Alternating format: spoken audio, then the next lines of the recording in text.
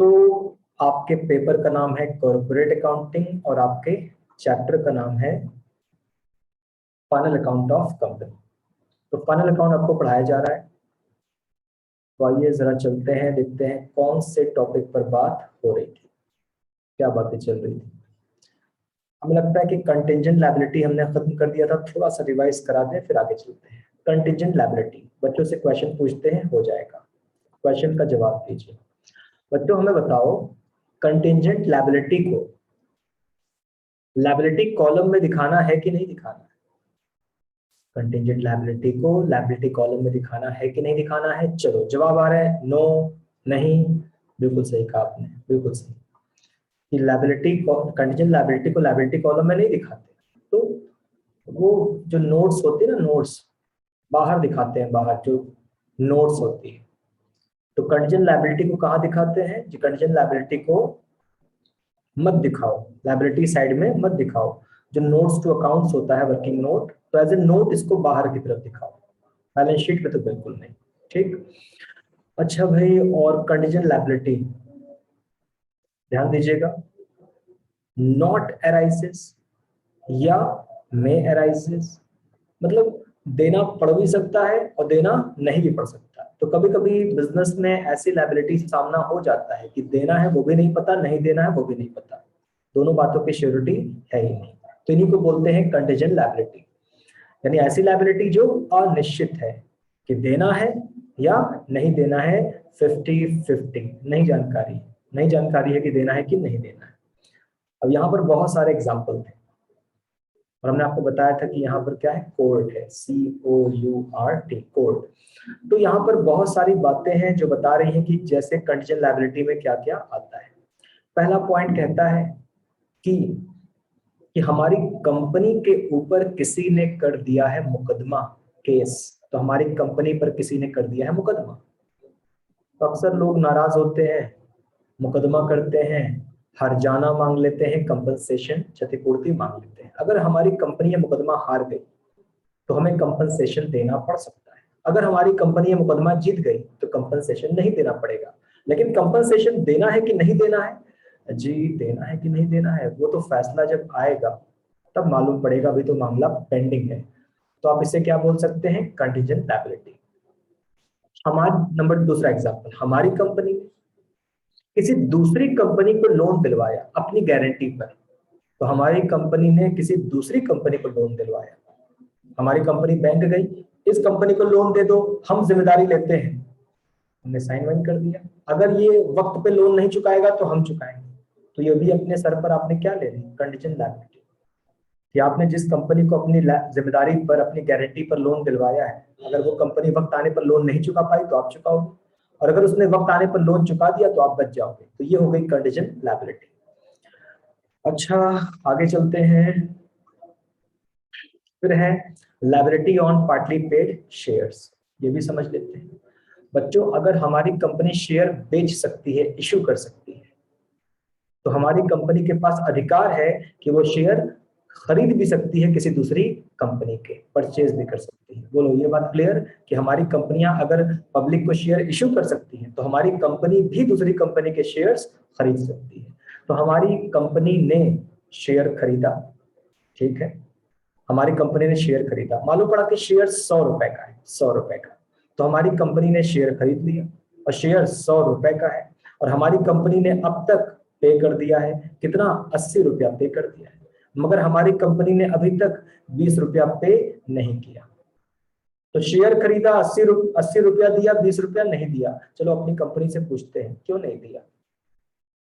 बच्चों, क्या आपको एक शब्द याद है, रिजर्व कैपिटल? बोलो, ऐसा कुछ याद आ रहा है, रिजर्व कैपिटल, संचित पूंजी? हाँ, बच्चे कह रहे हैं हाँ सर। तो तुमने 100 रुपए में 80 दिया, 20 नहीं दिया।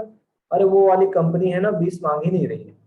अच्छा, 20 क्यों नहीं मांग रही है? वो कह रही है अगर हम भविष्य में बंद हो गए तो मांगेंगे, वरना नहीं मांगेंगे। तो ये भी क्या है भाई, हमारे लिए तो कंडीशन लायबिलिटी है कि वो 20 रुपया भविष्य में मांग भी सकते हैं अगर बंद हो गए, अगर वो लिक्विडेशन हो गया, वाइंडिंग अप हो गया, या नहीं भी मांग सकते अगर लिक्विडेशन नहीं हुआ। तो ये भी क्या है, कंडीजेंट लायबिलिटी। तो बोलो बच्चों, एग्जांपल क्लियर है आपको कि यहाँ पर जितने भी एग्जांपल हैं सब क्या हैं, सब कंडीजेंट लायबिलिटी के हैं, कि देना पड़ भी सकता है, पता नहीं, नहीं देना पड़ेगा वो भी पता नहीं, और ऐसी लायबिलिटी को बोलते हैं कंटीजेंट लायबिलिटी, और इसे as a note balance sheet के बाहर दिखाया जाता है, अंदर बिल्कुल नहीं दिखाया जाता। तो इतनी बातें तो हो चुकी थी, आज हमें आपको पीनल सिखाना है। इतने सारे लेक्चर बच्चों, कितने लेक्चर हुए? 9 लेक्चर हो चुके हैं, शायद 9 हो चुके हैं क्या? तो इतने सारे लेक्चर में हमने आपको बैलेंस शीट सिखाई, लेकिन हमें यकीन है कि हमारी मेहनत रंग लाई होगी, आपको बैलेंस शीट समझ में आ गई होगी कि एक एक टर्म्स पे काफी तगड़ी बात की। क्योंकि मेरा मानना है कभी ना कभी शायद कंपनी से टकराओगे, कंपनी की बैलेंस शीट से टकराओगे, तो रीड करने आना चाहिए। तो हमने सब बता दिया कि भाई असली दुनिया में कंपनीज में क्या क्या होता है। तो बैलेंस शीट हो गई, अब चल रहे हैं पीनल की बातें कर रहे हैं। पीनल की बात अगर हम चाहें तो आपको बस इतना कह सकते हैं, रट लो। तो अगर हम चाहें तो आपसे कह सकते हैं, देखो ये जो सामने पेज है रट लो, जो सामने पेज है रट लो, ठीक, बस इतना रट लो, एग्जाम में 10 से 15 नंबर हो गया। तो चाहे तो हम आपसे कह सकते हैं रट लो, काम हो गया। और यहाँ हमने एक शीट और 2 शीट में बनाया है, नहीं आप घर पे जो नोट्स बनाओगे उसको एक ही शीट में रखना, उसको आप 2 शीट में मत रखना। तो रट लेने से भी आपका काम चल जाएगा, लेकिन मेरा काम है कि आपको बताना यहाँ पे मौजूद चीजों को। ध्यान दीजिएगा, एक सवाल पूछते हैं बच्चों, आप बताओ जो पीछे बैलेंस शीट थी, क्या वहां यही शब्द का इस्तेमाल हुआ था ब्रैकेट में? क्या बैलेंस शीट के नीचे यही शब्द का इस्तेमाल हुआ था? बोलो, यहां तो लिखा है for the year ended on 31st मार्च, वहां वहां क्या था? वहां था एज ऑन 31st मार्च। आप बताओ सही बात कह रहे हैं कि वहां बैलेंस शीट के नीचे था एज ऑन 31st मार्च, और यहां पर है for the year ended on 31st मार्च। चलो ध्यान दीजिएगा, जरा सुनना बच्चों ध्यान से। बैलेंस शीट जो खत्म हो गई, एक सवाल पूछ रहे हैं, देखें सही जवाब देते हो कि नहीं। बैलेंस शीट के अंदर कितने दिन की बातें लिखी जाती हैं? बैलेंस शीट के अंदर कितने दिन के आइटम्स होते हैं, कितने दिन की बातें होती हैं, कितने दिन के बैलेंसेस होते हैं बैलेंस शीट के अंदर? अच्छा जवाब, तो बच्चे कह रहे हैं सर बैलेंस शीट के अंदर, बैलेंस शीट के अंदर 1 साल की बातें होती हैं, ठीक। कोई और जवाब है? हाँ जवाब समीर, प्रगति, बरखा, निकिता, पूरे साल का और उस दिन का भी। अच्छा चलो बच्चों, तो आपका जवाब है गलत। बैलेंस शीट में सिर्फ एक दिन की बातें होती है, बैलेंस शीट में सिर्फ एक दिन की बातें होती हैं। साल के आखिरी दिन की लायबिलिटीज और साल के आखिरी दिन की एसेट्स। बोलो सुना आपने क्या बोला हमने? बैलेंस शीट में एक दिन की बातें होती हैं, साल के अंतिम दिन की लायबिलिटी उधारियां और साल के अंतिम दिन की एसेट्स। तो 1 साल वाले दिमाग से बात निकाल दो, बैलेंस शीट में कितने दिन की बातें? बैलेंस शीट में साल के लास्ट डे की बातें। तो बैलेंस शीट सही मायनों में कितने दिन की होती है? एक दिन की होती है। साल के लास्ट डे की लायबिलिटीज बैलेंस, साल के लास्ट डे के एसेट्स के बैलेंस। क्लियर भैया? क्लियर? हाँ, कि बैलेंस शीट में साल भर की बातें नहीं होती, बैलेंस शीट में एक दिन की बातें होती हैं, साल के लास्ट डे की बातें, साल के लास्ट डे के बैलेंस। अच्छा सर पीनल में, हाँ बच्चों पीनल में पूरे साल भर की बातें होती हैं, पीनल में पूरे साल भर की बातें होती हैं। देखो पीनल में 2 ही बातें होती हैं, पीनल में 2 ही बातें होती हैं, पैसों का आना और पैसों का जाना। तो पीनल में 2 ही बातें होती हैं, पैसों का आना और पैसों का जाना।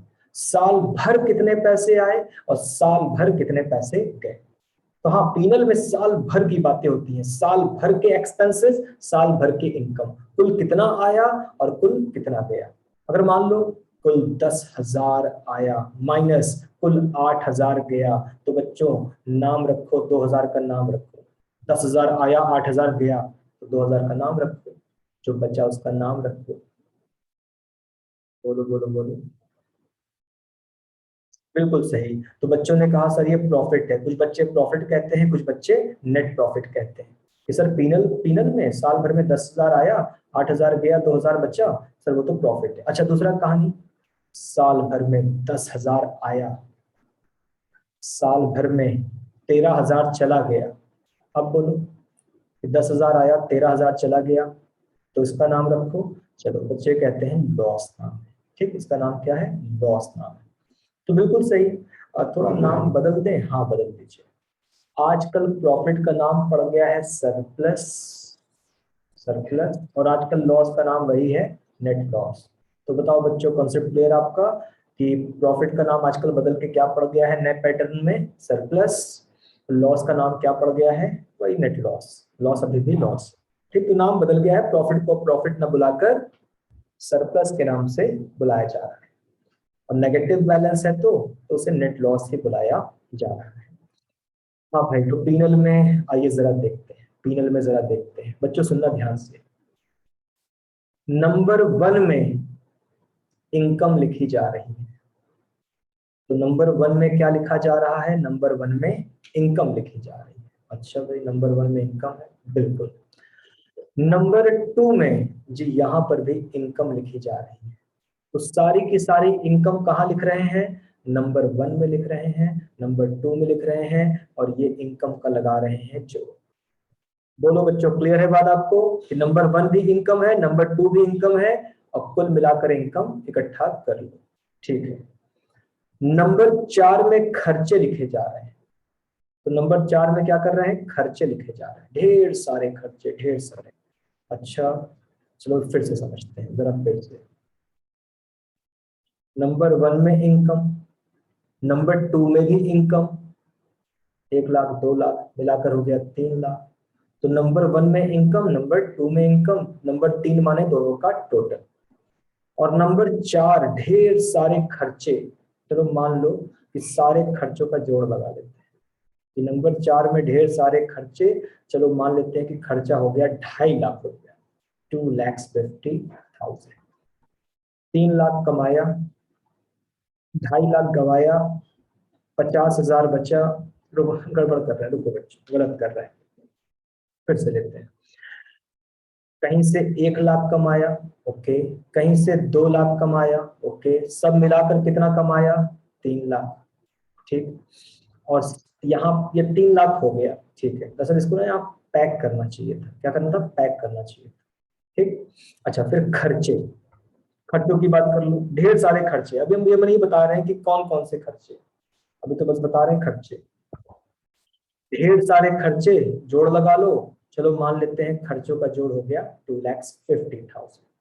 ठीक, कमाया 3 लाख, गवाया 2.5 लाख, तो बचा कितना, जी बचा 50,000, और नाम रख दिया प्रॉफिट बिफोर टैक्स। पहले बताओ इतना बात समझ में आई कि नहीं आई। ठीक, नंबर 1 में कमाया लिखो, नंबर 2 में कमाया लिखो, और 1 और 2 जोड़ दो टोटल, और नंबर 4 में खर्चा ढेर सारा लिखो जोड़ो, ये खर्च का टोटल है। तो इनकम का टोटल माइनस खर्च का टोटल, 3.5 लाख माइनस 2.5 लाख, और जो बचा 3 में 4 जो घटाए हुए जो बचा वो प्रॉफिट बिफोर टैक्स। आइए आगे चलते हैं, आगे चलते हैं बच्चों, ध्यान दीजिएगा जरा, समझा दे हो क्या रहा है, वो तो चार्ट समझा रहे थे। सर इनकम को 2 भागों में क्यों बांटा गया, सर इनकम को 2 भागों में क्यों बांटा गया, कौन से इनकम 1 में है, कौन से इनकम 2 में है, 1 में क्या है, 2 में क्या है। देखो बच्चों, एक होता है main, main income, main profit, और एक होता है अदर, एक होता है अदर। देखो, तो ये मेन इनकम, एक होती है अदर इनकम। आप मेरी बात करो, हम पहले भी इस टॉपिक पे चर्चा कर चुके हैं, फिर से कर रहे हैं, आप मेरी बात करो। देखो, हम कोचिंग चलाते हैं, ऑनलाइन ऑफलाइन, ठीक, तो हम कोचिंग क्लासेस चलाते हैं टॉपर्स कोचिंग के नाम से, यानी कोचिंग से भी हमें कमाई हो रही है। BCom first second final, online offline, online में बैचेस, ऑफलाइन में morning batch, noon batch, evening batch, तो हमारे तो मेरी कमाई कोचिंग से।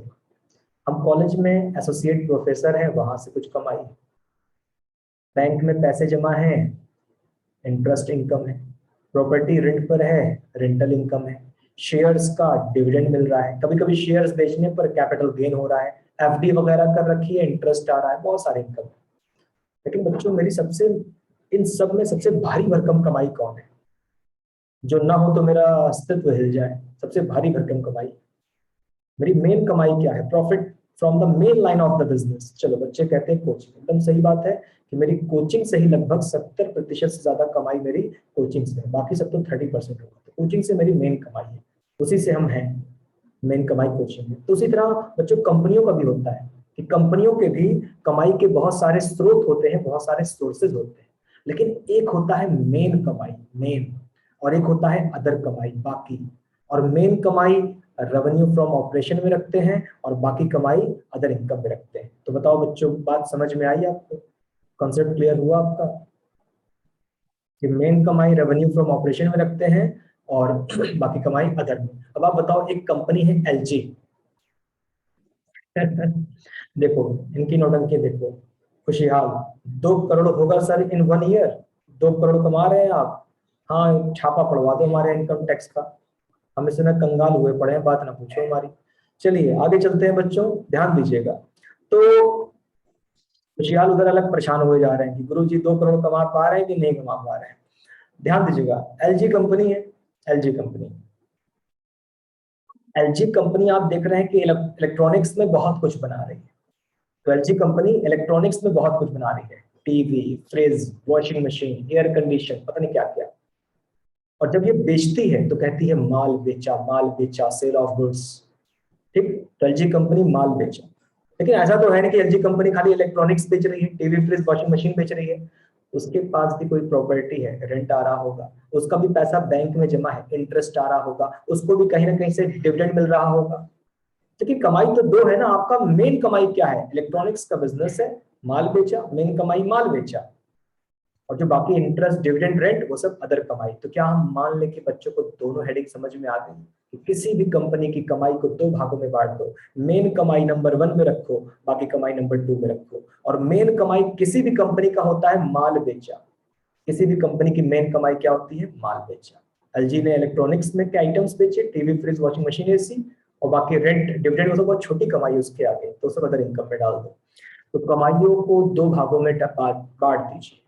तगड़ी वाली मेन कमाई जो आपके बिजनेस की जड़ है, उसको आप रेवेन्यू फ्रॉम ऑपरेशन में रखिए और बाकी कमाई अदर इनकम में रखिए। ये जरा देख तो ले सर, मेन कमाई में क्या क्या आएगा? हाँ देख लो, एक्सप्लेनेशन, मेन कमाई में क्या क्या आएगा, ध्यान दीजिएगा। Revenue from operation, revenue from operation number 1 में क्या क्या आएगा? रेवेन्यू फ्रॉम ऑपरेशन, मेन कमाई, माल बेचा, माल बेचा आएगा, सेल ऑफ गुड्स, माल बेच दिया, किसी भी कंपनी की मेन कमाई माल बेच दिया, 1 लाख का माल बेचा। लेकिन सभी बच्चे जानते हैं अक्सर कस्टमर को कुछ माल पसंद नहीं आता और वो माल वापस कर देता है। अक्सर कस्टमर को माल पसंद नहीं आता, वो वापस कर देता है, माल वापस कर देता है। किसी को कलर पसंद नहीं आया, वापसी। किसी को क्वालिटी पसंद नहीं आई, वापसी। किसी को डिजाइन पसंद नहीं आया, वापसी। किसी को टूटा फूटा लग रहा है, वापसी। कस्टमर कहेगा भाई जैसा हम देख कर गए थे, जैसा आपने दिखाया था वैसा है ही नहीं, तो अक्सर लोग माल लौटा देते हैं। तो 1 लाख का माल बेचा, 20,000 का तो ग्राहकों ने लौटा ही दिया, तो फाइनली कितने का बेचा? 80,000। ठीक, और ये 80,000 जाके वहां पर रख दो, तो 80,000 आप जाकर वहां पर रख दो। तो बताओ क्या नंबर 1 क्लियर है बच्चों? बोलो नंबर 1 क्लियर है आपको? और आपने पता नहीं गौर किया कि नहीं किया, गंदगी यहां नहीं करनी है, यहां लिखना है 1, नोट्स टू अकाउंट्स 1, और ये था नोट्स टू अकाउंट्स 1। गंदगी यहां करनी है, यहाँ गंदगी यहां करनी है, यहाँ नोट्स टू अकाउंट्स। याद है कि नहीं बच्चों? गंदगी अंदर नहीं करनी है, बाहर करनी है, तब लाके यहाँ पर रख देना है आपको। तो चाहे बैलेंस शीट हो, गंदगी नोट्स टू अकाउंट्स में करनी है, चाहे पीनल हो, गंदगी नोट्स टू अकाउंट्स में करनी है, ऐड, लेस, गुणा, भाग, मल्टीप्लाई, डिवाइड, सब गंदगी वहां करनी है नोट्स टू अकाउंट्स में। अंदर यहाँ एकदम साफ सुथरा रहेगा, यहाँ कोई गंदगी आपको नहीं करनी है। ऐड, लेस वहां करो, लाके यहाँ रखो। Number 1 clear? हाँ सर समझ गए। नंबर 1, नंबर 1 माल बेचा, सेल्स, और कुछ माल लौट आया माइनस करके, जो बचा जाके नोट्स टू अकाउंट्स में दिखा देना है। भाई नंबर 1 तो क्लियर कर दिया हमने आपका। नंबर 2 बाकी कमाई। सर बाकी कमाई, हाँ मेन कमाई यहाँ हो गई और बाकी कमाई यहाँ रख दो। कोई भी कमाई जो सेल्स ना हो, बाकी कमाई। और देखें बाकी कमाई बड़ी ढेर सारी है, बहुत ढेर सारी। तो कोई भी कमाई जो ऊपर कवर ना हो, सेल्स वाली इनकम ना हो। और देखते हैं बाकी कमाई। कंपनी ने पैसा इन्वेस्ट किया, ब्याज मिला, इंटरेस्ट, बैंक में, एफडी में, कहीं पैसा डिपॉजिट किया, इन्वेस्ट किया, ब्याज मिला। हमारी कंपनी ने दूसरी कंपनी के शेयर्स खरीदे और दूसरी कंपनी को लाभ हुआ और हमें लाभ का प्रॉफिट का हिस्सा मिला, तो हमारी कंपनी को डिविडेंड मिला। इंटरेस्ट मिला इन्वेस्ट करने पर, डिविडेंड मिला। ठीक है। अच्छा, दूसरी बात, हमारी कंपनी के पास एक इन्वेस्टमेंट था, कंपनी के पास एक इन्वेस्टमेंट था और वो इन्वेस्टमेंट 1 लाख का था इन्वेस्टमेंट। तो हमारी कंपनी ने स्टॉक एक्सचेंज, शेयर बाजार या कहीं इन्वेस्ट कर रखा था, इन्वेस्टमेंट 1 लाख का था और हमारी कंपनी ने इन्वेस्टमेंट को बेच दिया 1,20,000 में। तो 1 लाख का इन्वेस्टमेंट 1,20,000 में बेच दिया, कितना प्रॉफिट कमाया? 20,000। तो ये रहा profit on sale of investment, 20,000। Investment 1 lakh का था और 1,20,000 का बेच दिया, जो प्रॉफिट हुआ उसको आप यहाँ दिखा दो, profit on sale of investment. बोलो ये वाली लाइन क्लियर? तो इसी लाइन में एक बात और जोड़ना चाहते हैं।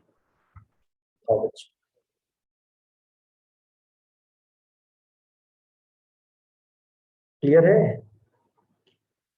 आगे चलते हैं। तो अगली बात, इसी का दूसरी कहानी, हमारे पास एक इन्वेस्टमेंट है जिसकी लागत 1 लाख है और हमने इस इन्वेस्टमेंट को बेच दिया मगर ये अच्छे दाम पर न बिक सका। तो इन्वेस्टमेंट 1 लाख का था मगर हम मात्र 90,000 में बेच पाए। कितना लॉस हो गया? 10,000 का लॉस हो गया। तो इन्वेस्टमेंट बेचने पर लॉस, तो ध्यान देना बच्चों, प्रॉफिट हुआ तो भी यहीं पर, लॉस हुआ तो भी यहीं पर। प्रॉफिट हुआ तो भी यहीं पर, लॉस हुआ तो भी यहीं पर। लेकिन लॉस को ना जब आप दिखाओगे तो आप ऐसे ब्रैकेट में कर देना ताकि वो जोड़ने के बजाय घट जाए। तो ऐसा नहीं है कि खाली प्रॉफिट दिखाओ, इन्वेस्टमेंट बेचने पर प्रॉफिट हुआ तो भी यहीं पर, लॉस हुआ तो भी यहीं पर। प्रॉफिट हुआ तो नॉर्मल दिखाओ, लॉस हुआ तो ब्रैकेट में करके, ताकि वो नेगेटिव आइटम माना जाए। चलो आगे चलते हैं, अगली बात करते हैं। और कौन सी कमाई? छूट पाई, डिस्काउंट पाया। हमारी कंपनी अक्सर बल्क क्वांटिटी में माल खरीदती है, बहुत ज्यादा माल खरीदती है। और जब आप माल बहुत ज्यादा खरीदते हो ना, तो आपको क्या मिल जाता है? डिस्काउंट। कि माल 2 लाख का है मगर आपको 10-20 हजार डिस्काउंट मिल गया। तो बल्क क्वांटिटी में खरीदा, काफी बड़ी मात्रा में खरीदा और ज्यादा खरीदने पर डिस्काउंट मिल गया।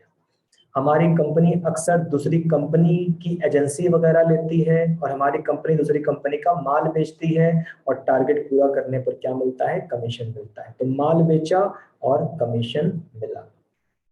हमारी कंपनी के पास कोई प्रॉपर्टी होगी, कोई प्रॉपर्टी, तो हमारी कंपनी के पास कोई प्रॉपर्टी होगी और कंपनी ने उस फालतू प्रॉपर्टी को उठा दिया किराए पर। तो हर महीने क्या उठा रहे हैं? किराया आ रहा है। तो प्रॉपर्टी रेंट पर दे दी, लैंड एंड बिल्डिंग रेंट पर दे दी और किराया कमा रहे हैं। उधार माल बेचे थे पास्ट में, डूब गया था। पास्ट में पीछे उधार माल बेचे थे, डूब गया था मगर आज मिल गया, डूबा पैसा मिला, यही दिखा दो। अगर कभी आपको डूबा पैसा मिल जाता है तो आप यहाँ दिखा दो कि कोई पैसा कभी डूबा था मगर आज तो किसी कारण से मिल गया, तो यहाँ दिखा दो। एक्रूड इनकम, हमें लगता है इस बात का जिक्र पीछे कहीं हुआ था। ऐसी इनकम जो कमा ली है बट मिली नहीं है, ऐसी इनकम जो कमा ली है बट मिली नहीं है। अर्नड बट नॉट रिसीव्ड, काम पूरा हो गया है, पैसा नहीं मिला। 1 साल हो गया, ब्याज मिलना चाहिए, ब्याज नहीं मिला। तो एक्रूड इनकम भी यहाँ दिखा दो कि आपने कमा लिया है, आपको नहीं मिला, तो क्या हुआ? कमा लिए हैं, आपको नहीं मिला, तो भी यही दिखाओ, तो भी यही दिखाओ। चलो बच्चों आगे चलते हैं। इस पेज पर कोई क्वेश्चन है तो पूछिए, कोई क्वेश्चन है तो पूछिए।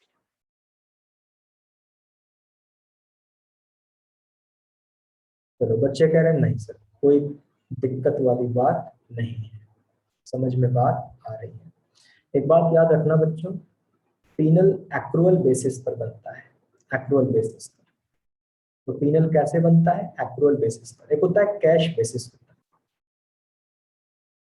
तो पीनल कैश बेसिस नहीं बनता, पीनल एक्रूअल बेसिस बनता है। एक्रूअल बेसिस मतलब 12 माह का खर्चा लिखो और 12 माह की आय लिखो। तुम अकाउंटिंग कर रहे हो, करंट ईयर की अकाउंटिंग कर रहे हो, 12 माह का खर्चा लिखो, 12 माह की आय लिखो। तो पीनल एक्रूअल बेसिस पर बनता है। 12 माह का एक्सपेंस लिखो, 12 माह की इनकम लिखो।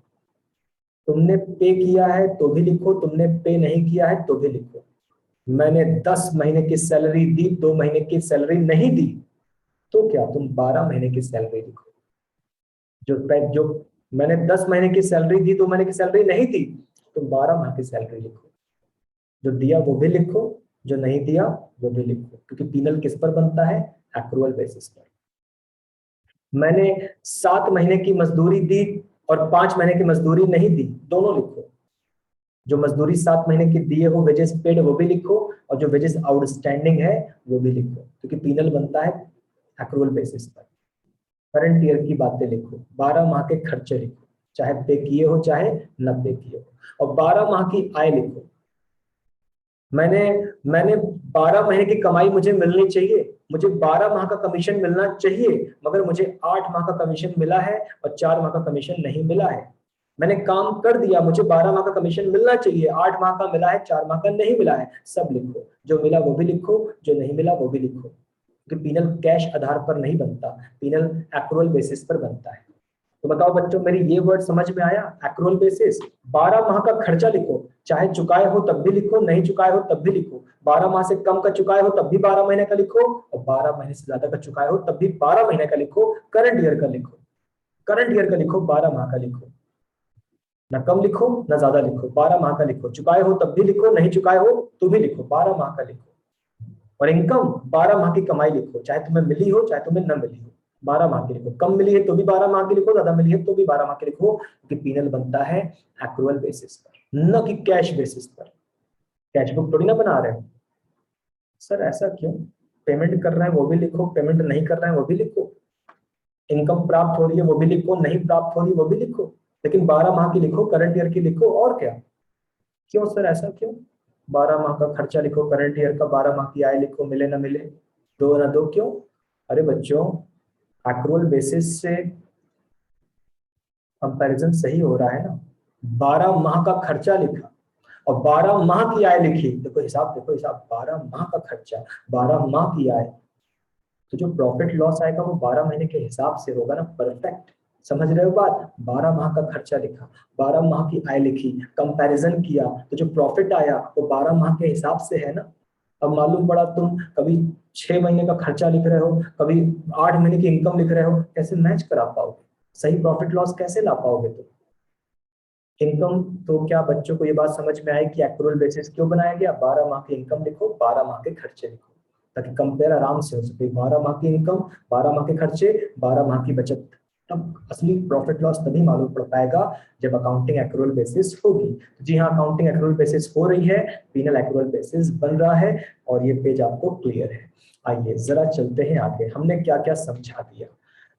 हमने आपको समझाया क्या चीज जी, रेवेन्यू फ्रॉम ऑपरेशन, माल बेचा, और ऐसी कमाई जो माल बेचने के अतिरिक्त हो, और इन दोनों का जोड़ लगा दो और नाम रख दो टोटल रेवेन्यू।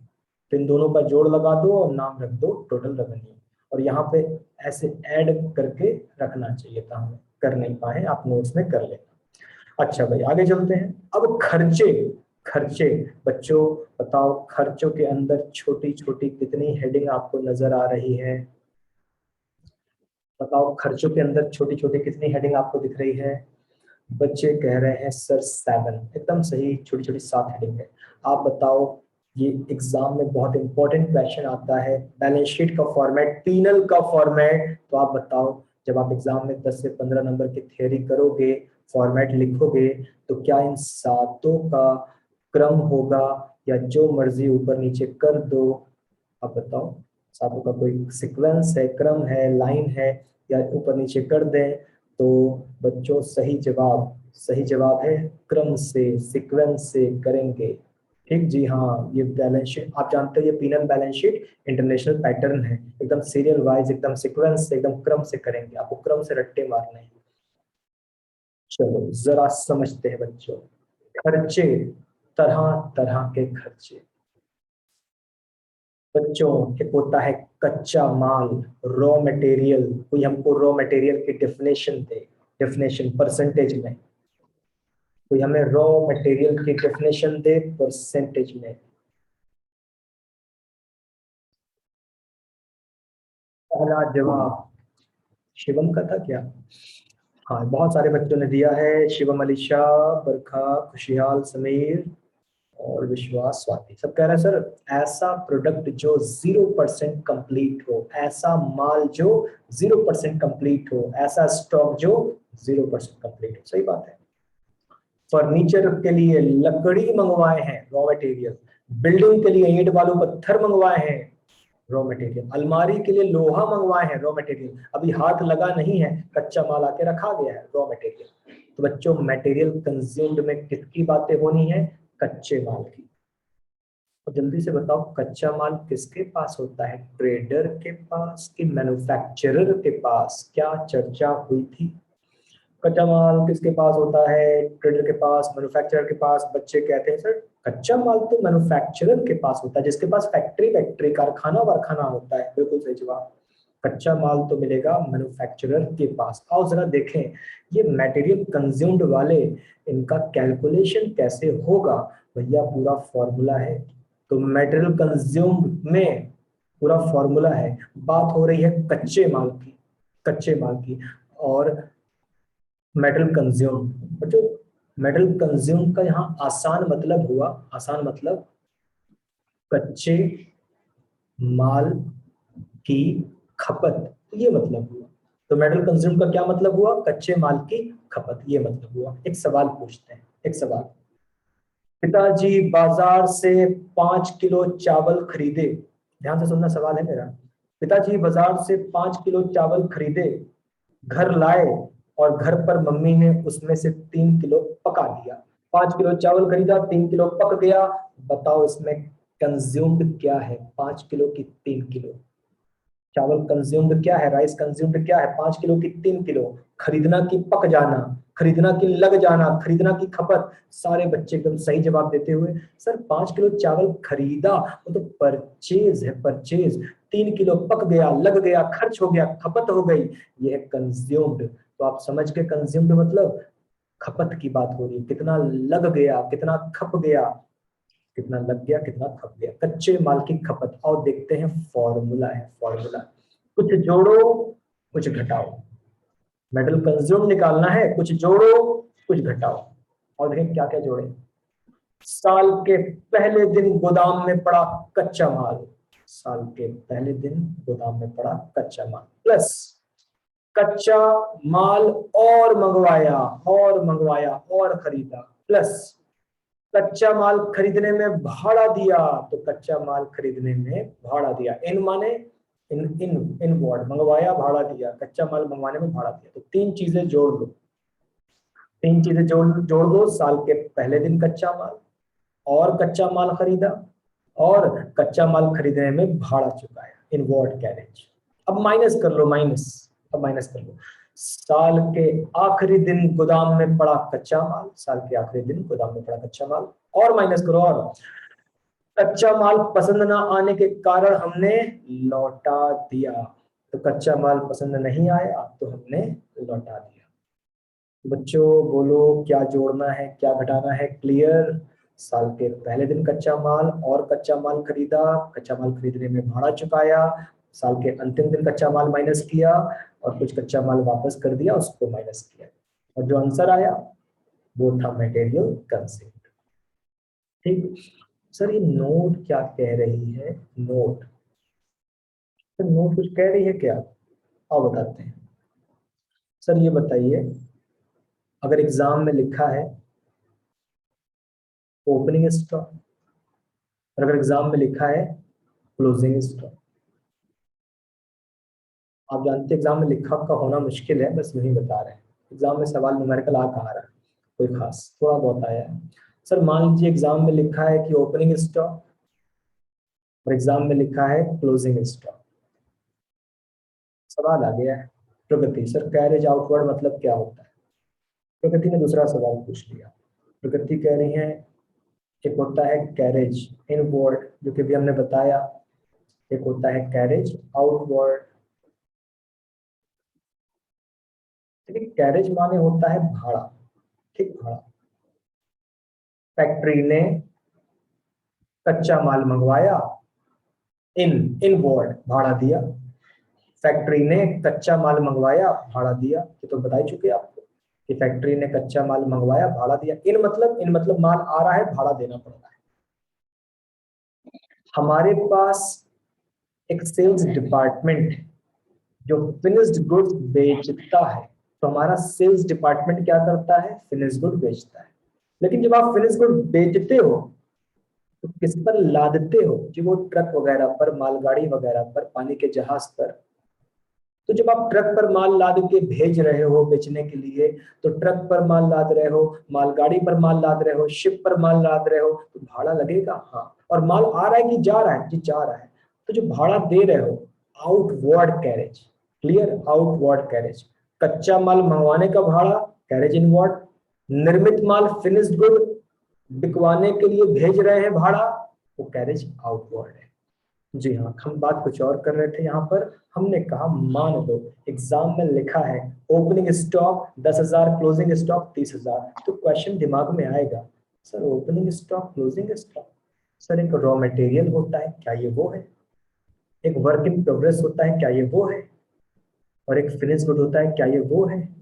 सर एग्जामिनर साहब तो कुछ बोल ही नहीं रहे। एग्जामिनर साहब तो एकदम मौन व्रत ले लिए हैं, कुछ बोल नहीं रहे हैं। मनमोहन सिंह प्रधानमंत्री हो गए हैं, पूर्व प्रधानमंत्री, कुछ बोल ही नहीं रहे। मोदी जी इतना बोलते हैं, चुप नहीं होते, मनमोहन सिंह बोलते ही नहीं थे। तो सर ये एग्जामिनर साहब कुछ बोल नहीं रहे हैं, तो ये क्या है? Raw material, work in progress, finish good. बच्चों आप नोट को खुद रीड करके बताओ क्या है। सर एग्जामिनर साहब बता नहीं रहे हैं कि ये रॉ मटेरियल है कि वर्क इन प्रोग्रेस है कि फिनिश गुड है, तो क्या माने? बिल्कुल सही, यही बात कही गई है। नथिंग स्पेसिफाइड, कुछ नहीं बोल रहे हैं। नहीं साहब कुछ नहीं बोल रहे हैं, नथिंग स्पेसिफाइड, कुछ नहीं बोल रहे हैं स्टॉक के बारे में। नहीं नहीं, कि रॉ मटेरियल है कि वर्क इन प्रोग्रेस है कि फिनिश गुड है, कोई बात नहीं, कंसीडर्ड मान लो। क्या? Finished goods. तो बताओ बच्चों, ये नोट क्लियर हो गई आपको? कुछ ना बोलने पर फिनिश गुड मानेंगे, बात खत्म। आगे की बात आपको पढ़ने की जरूरत नहीं है। आगे की बात कंफ्यूज करने के लिए दी है, सोच रहे हटवा देंगे लाइन से कि कुछ ना बोलने पर, कुछ ना बोलने पर फिनिश गुड। अगर केवल स्टॉक वर्ड का उपयोग है तो क्या स्टॉक, काहे का स्टॉक? Finish good. जो बोलोगे वो मानेंगे, नहीं बोलोगे तो फिनिश गुड मानेंगे। क्या नोट भी क्लियर हो गई? भाई रॉ मटेरियल बोल दो, रॉ मटेरियल मान लेंगे। वर्क इन प्रोग्रेस बोल दो, वर्क इन प्रोग्रेस मान लेंगे। फिनिश गुड बोल दो, फिनिश गुड मान लेंगे। मौन व्रत ले लोगे तो भैया हमको फिर फिनिश गुड ही मानना होगा। जी हाँ, चलते हैं आगे। हमने आपको क्या समझा दिया? मटेरियल कंज्यूम्ड हमने आपको समझा दिया। अगली बात करते हैं। नेक्स्ट है, देखिए, परचेज ऑफ फिनिश गुड। आओ पता लगाएं ये कैसे निकाला जाएगा। परचेज ऑफ फिनिश गुड ये कैसे आएगा? ये देखिए, परचेज ऑफ फिनिश गुड ये तो आसान है, छोटा सा फॉर्मूला है। तो परचेज ऑफ फिनिश गुड का छोटा सा फॉर्मूला है, फॉर्मूला देखना कि क्या, कि परचेज ऑफ फिनिश गुड कैसे निकलेगा। देखना, फिनिश गुड खरीदा, ठीक है भाई, फिनिश गुड खरीदा, finish good plus finish good खरीदने में भाड़ा दिया, तो फिनिश गुड खरीदा और फिनिश गुड खरीदने में भाड़ा दिया, दो चीज जोड़ो। कुछ फिनिश गुड पसंद नहीं आया तो उसको हमने लौटा दिया, तो निर्मित माल खरीदा, फिनिश गुड, निर्मित माल खरीदने में भाड़ा चुकाया, माइनस माइनस, कुछ फिनिश गुड पसंद नहीं आया तो हमने लौटा दिया। बोलो बच्चों, फॉर्मूले में तीनों लोग क्लियर? दो जुड़ रहे हैं, घट रहा है। फिनिश गुड खरीदो प्लस खरीदने पर भाड़ा दो, माइनस कुछ फिनिश गुड लौटा दो, और जो आंसर है वो परचेज ऑफ फिनिश गुड है। आसान था, आसान था। अच्छा भाई, अब क्या? अब अगला, ये थोड़ा सा टाइम लेगा। Changes in inventory of work in progress and finish good.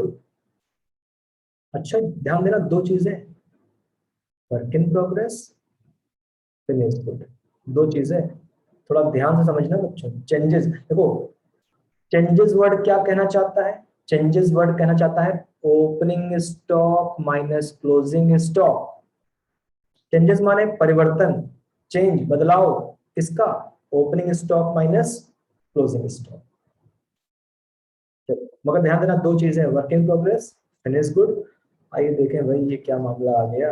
Changes वाला, देखना ध्यान से, जो अमाउंट हम काल्पनिक ले रहे हैं उसको थोड़ा ध्यान से समझना बच्चों। यहाँ पर changes in inventory of opening and closing stock कैसे निकल रहा है बस देखते जाना। Changes in inventory of work in progress and finish good, आइए देखें क्या करना है कैसे करना है। मान लीजिए ओपनिंग वर्क इन प्रोग्रेस 20,000 रुपया, तो ओपनिंग वर्क इन प्रोग्रेस 20,000 रुपया minus closing work in progress 15,000 रुपया। बताओ बच्चों, ये हमने अपने मन से लिख दिया आपको समझाने के लिए, बोलो कितना आया। Opening work in progress 20,000 minus closing work in progress 15,000 और आया 5,000। ठीक, हाँ सर क्लियर। अगला बताएं। अगला ओपनिंग फिनिश गुड 50,000 रुपया, ओके। क्लोजिंग फिनिश गुड 40,000 रुपया। अच्छा भाई, ओपनिंग 50,000 क्लोजिंग 40,000, बच्चों क्या लिखे। चलो बच्चे कह रहे हैं 10,000 लिखिए। तो आपने चेंजेस निकाल लिए, वर्क इन प्रोग्रेस का भी चेंज निकाल लिया opening versus closing, finish good का भी चेंज निकाल लिया ओपनिंग वर्सेस क्लोजिंग। ऐड कर दो, जो बाहर रिजल्ट है ऐड कर दो, कितना 15,000। अच्छा भाई 15,000। फिर इस 15,000, ये तो भाई नोट्स टू अकाउंट्स था, ये तो वर्किंग नोट था, गंदगी बाहर करते हैं और तब लाकर यहाँ रख दो जो भी आया, तब लिख दो यहाँ 15,000 रुपया आया भाई। बताओ क्लियर बच्चों, बताओ चेंजेस वाला मामला क्लियर, कोई दिक्कत। जल्दी बोलो ताकि हम आगे चलें। इसी में दूसरा एग्जांपल देना चाहते हैं, दूसरा दूसरा सुनना sir. Opening work in progress 20,000, okay. Closing work in progress 12,000, जल्दी बोलो कितना। ओपनिंग 20,000 क्लोजिंग 12,000, कितना 20,000 12,000 8,000, ओके। ओपनिंग फिनिश गुड 50,000, ठीक। Closing finish good 60,000। थोड़ा ध्यान देना बच्चों, मैथमेटिकली ध्यान देना। Opening finish good 50,000, closing finish good 60,000, बोलो बोलो अब कितना, अब कितना, प्लस माइनस साइन का ध्यान रखते हुए। चलो सही जवाब सर -10,000, बिल्कुल सही। नेगेटिव बोले तो अकाउंटिंग में नेगेटिव को ब्रैकेट से शो ऑफ करते हैं। अच्छा 20 और 12 8,000 पॉजिटिव, 50 और 60 नेगेटिव। यहां भी तो जरा एडजस्ट कर दो, यहां भी तो जरा एडजस्ट कर दो, बोलो कितना, अब कितना फाइनली कितना। चलो जवाब आ रहा है, अरे नेगेटिव करके लिखो ना। तो क्या, देखो देखो उल्टा सीधा देखो इन लोग का। विश्वास को पॉजिटिव 2,000 लग रहा है, अमित को 70,000 लग रहा है, भैया आपको तो नमन है 70,000 लग रहा है, तो जब की बात करते हो। बाकी सब बच्चे सही जवाब दे रहे हैं, कहाँ 70,000 पहुंच गए।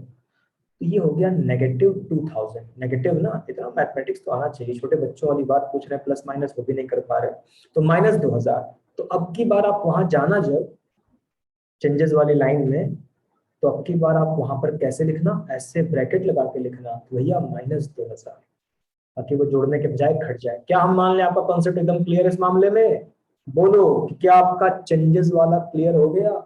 तो जरूरी तो है नहीं पॉजिटिव आए, नेगेटिव भी तो आ सकता है, तो ब्रैकेट करके लगा देना, पॉजिटिव आए तो पॉजिटिव, नेगेटिव आए तो नेगेटिव। चलो बच्चे कह रहे हैं सर मामला क्लियर है। आइए अगली बात, अगली heading employ benefit expense. Employ benefit expense, अच्छा ये क्या है बच्चों, ऐसे खर्चे जो कंपनी अपने कर्मचारियों की भलाई पर करती है। यानी कंपनी खर्च करेगी तो किसका भला होगा, एम्प्लॉय का भला होगा। तो ऐसे खर्चे जो कंपनी अपने कर्मचारियों की भलाई पर करती है, इस खर्च का फायदा कंपनी की जेब से पैसे जाएंगे, मगर बेनिफिट किसको होगा, एम्प्लॉय को होगा। आइए देखते हैं एम्प्लॉय बेनिफिट एक्सपेंस में क्या क्या। सैलरी किसको दी, कर्मचारियों को, एम्प्लॉय को। वेजेस किसको दी, लेबर को, वर्कर को। हाँ सब स्टाफ ही तो है, तो स्टाफ को फायदा होगा। कर्मचारियों को सैलरी, लेबर्स वर्कर को मजदूरी। बोनस किसको दिया, वही कर्मचारियों को। बोनस क्यों देते हैं, बोनस क्यों देते हैं? जब कंपनी को हैवी प्रॉफिट होता है, तगड़ा मुनाफा, तगड़ा मुनाफा हुआ तो अकेले बॉस लेगा? अरे मेहनत सबके सब की है, प्रॉफिट तुम अकेले लोगे? नहीं। अगर कंपनी को तगड़ा मुनाफा हुआ तो वो त्योहार के अवसर पर एम्प्लॉय को भी हिस्सा देंगे कि तुम सबकी मेहनत से ये तगड़ा प्रॉफिट हुआ है, हमारा अकेले का थोड़ी ना योगदान था, तो बोनस दे रहे हैं। तो बोनस किसको मिल रहा है? वही स्टाफ को मिल रहा है। और स्टाफ वेलफेयर एक्सपेंस, कि आपने स्टाफ की भलाई पर कुछ खर्चा वर्चा किया। जैसे, अरे जैसे मान लो कॉफी मशीन लगा दी, चाय की मशीन लगा दी कि भैया ऑफिस में आइए और कॉफी और चाय पीजिए, या आपने नाश्ता वाश्ता लगवा दिया, नाश्ता वाश्ता, रिफ्रेशमेंट। हाँ, उसके बाद कंपनी ने प्रोविडेंट फंड में पैसे जमा किए। आप जानते हो कर्मचारी भी जमा करता है तो बॉस भी तो जमा करता है, तो कंपनी ने प्रोविडेंट फंड में पैसे जमा किए, हर महीने जमा कर रही है, हर महीने जमा कर रही है। और आप ये भी जानते हो रिटायरमेंट में इसका फायदा किसको मिलेगा? ये पैसे कौन लेके उड़ जाएगा? कर्मचारी। तो प्रोविडेंट फंड में कंपनी ने पैसे जमा किए। ग्रेचुटी फंड में पैसे कंपनी ने जमा किए, ग्रेचुटी फंड में या किसी और फंड में कंपनी ने पैसे जमा किए, हर महीने जमा हो रहे हैं, हर साल जमा हो रहे हैं। और रिटायरमेंट पर इन फंड्स का बेनिफिट किसको मिलना है? रिटायरमेंट पर इन फंड्स का बेनिफिट कर्मचारी को मिलना है। जमा छुट्टी वाला पैसा, कुछ कर्मचारी होते हैं जो छुट्टियां न लेकर छुट्टियों में भी काम करते हैं, छुट्टियां जमा, जमा के बदले पैसा मिला कर्मचारी को। ग्रेचुटी, एक कर्मचारी रिटायरमेंट लिया तो उसको सेवाओं के बदले क्या मिली? ग्रेचुटी मिली कि तुम इतने अच्छे आदमी थे, 10 15 20 25 साल हमारे यहाँ रुके थे, अच्छे थे तभी रुके हुए हो, खराब होते मार के निकाल देते तुमको, तुमने इतनी लंबी सेवा की, सेवाओं के बदले ग्रेचुटी दिया। कैंटीन एक्सपेंस, कि बॉस ने कहा कि तुम लोग कैंटीन में खाओ पियो, पैसे हम देंगे, तो कैंटीन एक्सपेंस। और बॉस ने कर्मचारियों का बीमा करा दिया, बॉस ने बीमा कराया, कंपनी ने बीमा कराया, और प्रीमियम कंपनी ने भरा। तो भाई कर्मचारियों को तो फ्री में भी बीमा हो गया, कंपनी प्रीमियम भर रही है।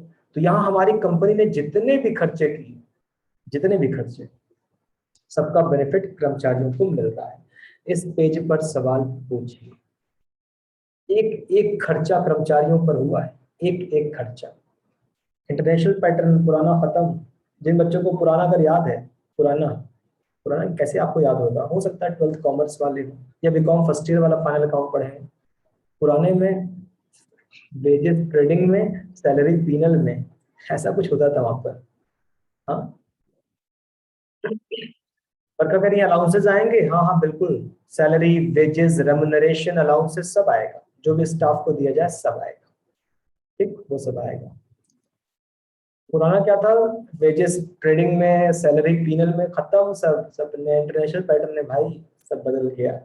तो हमें लगता है कोई और सवाल आप नहीं पूछ रहे हो। चलो भाई, आगे चलते हैं, देखते हैं और क्या बचा। क्या बचा भाई? यहां तक तो हम पहुंच गए, एम्प्लॉय बेनिफिट एक्सपेंस तक पहुंच गए। फाइनेंस कॉस्ट, आओ पता लगाएं फाइनेंस कॉस्ट। बच्चों यहाँ फाइनेंस का सेंस है उधार लिया, ऋण लिया। और आप बताओ, उधार लोगे तो बदले में कुछ देना नहीं पड़ेगा, फोकट में मिलेगा, फ्री में मिलेगा? उधार लिया, कंपनी ने उधार लिया, तो बताओ बदले में हर महीने, सॉरी हर महीने नहीं, हर साल, हर 6 महीने क्या भरोगे? अगर आपने उधार लिया तो एनुअली, हाफ ईयरली क्या भरोगे? इंटरेस्ट। बिल्कुल, तो समझ रहे हो बात? हमारी कंपनी ने फंड्स नहीं थे तो फाइनेंस, उधार लिया, और उधार फोकट में नहीं मिलता, कॉस्ट पड़ती है इंटरेस्ट, तो फाइनेंस कॉस्ट, तो नाम है फाइनेंस कॉस्ट। और देखिए, डिबेंचर के थ्रू लोन लिया, ब्याज भरा, बैंक से लोन लिया, ब्याज भरा, कोई और तरह का लोन लिया फाइनेंशियल इंस्टीट्यूशन वगैरह से, ब्याज भरा। तो फाइनली इस बात का आसान सा मतलब, आपने ब्याज भरा, इंटरेस्ट भरा, इंटरेस्ट कॉस्ट की बात हो रही है कि लोन लिया और ब्याज भरा। सवाल पूछना है, पूछते रहिएगा। पीनल एक्सप्लेन हो रहा है बच्चों, पीनल एक्सप्लेन हो रहा है। आइए आगे चलते हैं, एक क्वेश्चन का जवाब दे दो बस। जो पीडीएफ भेजा है एग्जाम क्वेश्चन भी वहां पर है, जो पीडीएफ मटेरियल, स्टडी मटेरियल में पढ़ा है वहां पर एग्जाम क्वेश्चन भी है। हाँ, बच्चे कह रहे हैं हाँ सर, एग्जाम क्वेश्चन भी वहां मौजूद है। ठीक है, ज्यादा होंगे नहीं, तो 3 होंगे बस। एग्जाम में ज्यादा क्वेश्चन आए नहीं है। हाँ, अब क्या बात हो रही है? Depreciation and amortisation expense. तो पता लगा है डेप्रीसिएशन एंड अमोर्टाइजेशन एक्सपेंस का मामला क्या है। ध्यान दीजिएगा बच्चों, डेप्रीसिएशन और अमोर्टाइजेशन एक्सपेंस। जो एक होती है टेंजिबल एसेट। हाँ, क्या होती है? Tangible asset. छू सकते हैं, देख सकते हैं, आकार बता सकते हैं, बाजार में आसानी से मिल जाती है, आसानी से खरीद बेच सकते हैं, पता है ना? जमीन, बिल्डिंग, मशीन, फर्नीचर, गाड़ियां, एक होती है टेंजिबल एसेट। छू सकते हैं, देख सकते हैं, आकार बता सकते हैं, बाजार में आसानी से उपलब्ध है, खरीद और बेच सकते हैं। अभी पढ़े तो थे हम लोग टेंजिबल एसेट। जमीन, बिल्डिंग, मशीन, फर्नीचर, गाड़ियां, कंप्यूटर, लैपटॉप वगैरह वगैरह, एसी, जनरेटर, सब टेंजिबल एसेट। बच्चों, आपके घर पर एक एयर कंडीशन है, एसी, और ये एसी आपको 50,000 रुपए का पड़ा है। तो आपके घर पर एक एयर कंडीशन है जो 50,000 रुपए का पड़ा है। बच्चों, क्या ये एसी जो आपके घर पर लगा है, क्या ये 50 साल तक चल जाएगा? 50 साल चल जाएगा? तो आपका जवाब होगा नेवर, नामुमकिन। लेकिन 10 साल, लगभग लगभग 10 साल, वैसे सही मायने में तेजी की लाइफ 4, 5, 6 साल होती है, 6 साल मान लो। चलो 10 साल, हाँ सर 10 साल चल सकता है, चल सकता है, मुश्किल भी चल सकता है, चलो मान लो, समझाना ही तो है। पिताजी ने एसी खरीदा 50,000 रुपए का और ये 10 साल चलेगा, और डिवाइड करें, भाग दे, भाग दिया, आंसर आया 5,000। एयर कंडीशन हर साल कितने रुपए के बराबर खराब हो रहा है? 5,000। एयर कंडीशन हर साल कितने रुपए के बराबर खराब हो रहा है? 5,000। दूसरे शब्दों में, एयर कंडीशन में हर साल कितने रुपए की घिसावट आ रही है? 5,000। एयर कंडीशन हर साल कितना रुपए के बराबर खराब हो रहा है? 5,000। एयर कंडीशन में हर साल कितने रुपए की घिसावट आ रही है? 5,000। एयर कंडीशन की वैल्यू में हर साल कितने की कमी आ रही है? जी 5,000। एयर कंडीशन की वैल्यू में 5,000 की कमी आ रही है। 5,000 का नाम है डेप्रीसिएशन।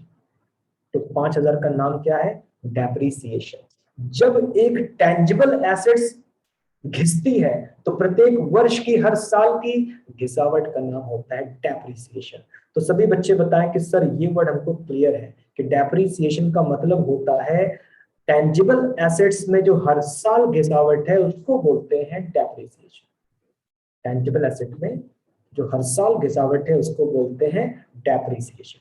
हर साल की खराबी, घिसावट, वैल्यू में कमी, डेप्रीसिएशन। अच्छा, दूसरी बात बच्चों, एक होती है इनटेंजिबल एसेट। हाँ, goodwill, patent, copyright, trademark, licence, franchisee, know how, software, याद आया क्या? एक होती है इनटेंजिबल एसेट। ना छू सकते, ना देख सकते, ना आकार बता सकते, ना बाजार में आसानी से उपलब्ध है। ना छू सकते, ना देख सकते, ना आकार बता सकते, ना बाजार में आसानी से उपलब्ध है। Goodwill, patent, copyright, trademark. तो अगर टेंजिबल एसेट्स की हर साल की घिसावट का नाम, खराबी का नाम, कमी का नाम डेप्रीसिएशन है, तो इनटेंजिबल एसेट्स में जो हर साल खराबी, कमी वगैरह आती है, इनटेंजिबल एसेट्स की हर साल की खराबी, अमोर्टाइजेशन एक्सपेंस। इनटेंजिबल एसेट्स में हर साल घिसावट, अमोर्टाइजेशन एक्सपेंस। इनटेंजिबल एसेट्स में हर साल वैल्यू में कमी, अमोर्टाइजेशन एक्सपेंस। तो दोनों का सेंस क्लियर है। जैसे मैंने एक पेटेंट खरीदा, कितने का? 50,000 रुपए का। अच्छा, तुमने पेटेंट खरीदा 50,000 रुपए का, और मुझे ये पेटेंट राइट 10 साल के लिए मिला है। अच्छा, तुमने पेटेंट खरीदा और तुम्हें ये राइट 10 साल के लिए मिला है, तो तुम्हारे इस पेटेंट में हर साल कितना वैल्यू में कमी आ रही है? 5,000।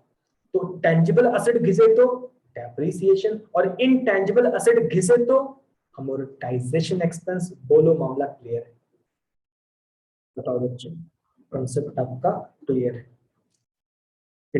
टेंजिबल एसेट घिसती है तो डेप्रीसिएशन, इनटेंजिबल एसेट्स की वैल्यू में कमी आती है तो उसको अमोर्टाइजेशन एक्सपेंस के नाम से बुलाया जाता है। हाँ भाई, क्या बचा? तो क्या बचा? अदर एक्सपेंस बच गए। अदर एक्सपेंस बच्चों, बैलेंसिंग फिगर, जो ऊपर के 6 में ना आए, जो ऊपर के 6 में ना आए उस खर्च को कहाँ डालो? Other expense.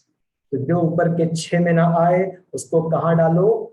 अदर एक्सपेंस में डाल दो। तो जो ऊपर के 6 में ना आए ये रहे, ये देख लो आप। फैक्ट्री की चार दीवारी का खर्चा, ऑफिस की चार दीवारी का खर्चा, सेल्स डिपार्टमेंट की चार दीवारी का खर्चा, उधार माल बेचा, पैसा डूब गया। उधार माल बेचा, पैसा भविष्य में डूब सकता है, प्रोविजन भविष्य में डूब सकता है। ग्राहकों को डिस्काउंट दिया, विदेश में माल भेजा तो एक्सपोर्ट ड्यूटी दिया, माल बिक्री करते समय भाड़ा दिया, आउटवर्ड माल बेच रहे थे, बेचते समय माल का भाड़ा दिया। मैन्युफैक्चरिंग, फैक्ट्री में निर्माण वाला खर्चा, एस्टेब्लिशमेंट रोज रोज जो घटता बढ़ता रहता है उसका खर्चा, रोज रोज वाला खर्चा। डायरेक्टर को फीस चुकाई, मशीन चलाने के लिए ईंधन, डीजल, पेट्रोल, सीएनजी, मशीन के लिए ईंधन खरीदा, मशीन का बिजली का बिल चुकाया, फैक्ट्री वैक्ट्री का ऑफिस वगैरह का किराया भरा, म्युनिसिपल टैक्स भरा, कोई और टैक्स भरा, बीमे का प्रीमियम चुकाया, रिपेयरिंग करवाई, सेल्समैन को कमीशन दिया, व्यापारिक व्यय किए, प्रचार प्रसार करवाया, वकील साहब को पेमेंट किया, कोर्ट कचहरी वाला, या कोई और खर्चा जो ऊपर के 6 खर्चों में ना आ रहा हो। तो ये थे अदर एक्सपेंस, बहुत सारे, सैकड़ों हजारों, पता नहीं कितने होंगे अदर एक्सपेंस। क्या बच्चों का यहाँ तक का कॉन्सेप्ट क्लियर है? बोलो, यहाँ तक क्लियर है बच्चों? हमने आपको तीन 2 पेज में था, आप लोग एक पे बनाना, मगर हमने ये पेज आपको एक्सप्लेन कर दिया। अब कल वाली क्लास में हमें ये वाला पेज एक्सप्लेन करना होगा, और हो सकता है कि कल वाली क्लास से हम आपको न्यूमेरिकल पढ़ाएं। न्यूमेरिकल तो न्यूमेरिकल पढ़ाया जा सकता है भाई, क्योंकि हमें लग रहा है कि लगभग ऑलमोस्ट हमारा टॉपिक खत्म पर है। देख लेते हैं न्यूमेरिकल में। हाँ, यहाँ पर एग्जाम क्वेश्चन, एग्जाम क्वेश्चन थोड़े थे, ज्यादा थे नहीं। एग्जाम क्वेश्चन क्लास वर्क 1 है, फिर क्लास वर्क 1 के बाद 2 है, नेक्स्ट फिर क्लास वर्क 3 है, 4 भी है, 3 के बाद 3 बहुत लंबा है भाई।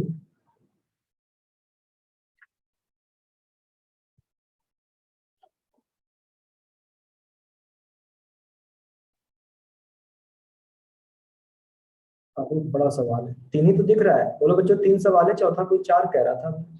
3 ही तो दिख रहा है, और तो नहीं दिख रहा है। चलिए, तो कल वाली क्लास में जो भी होगा कल देखा जाएगा। बच्चों मिलते हैं फिर नेक्स्ट क्लास में, बात करते हैं आगे। चलिए, थैंक यू।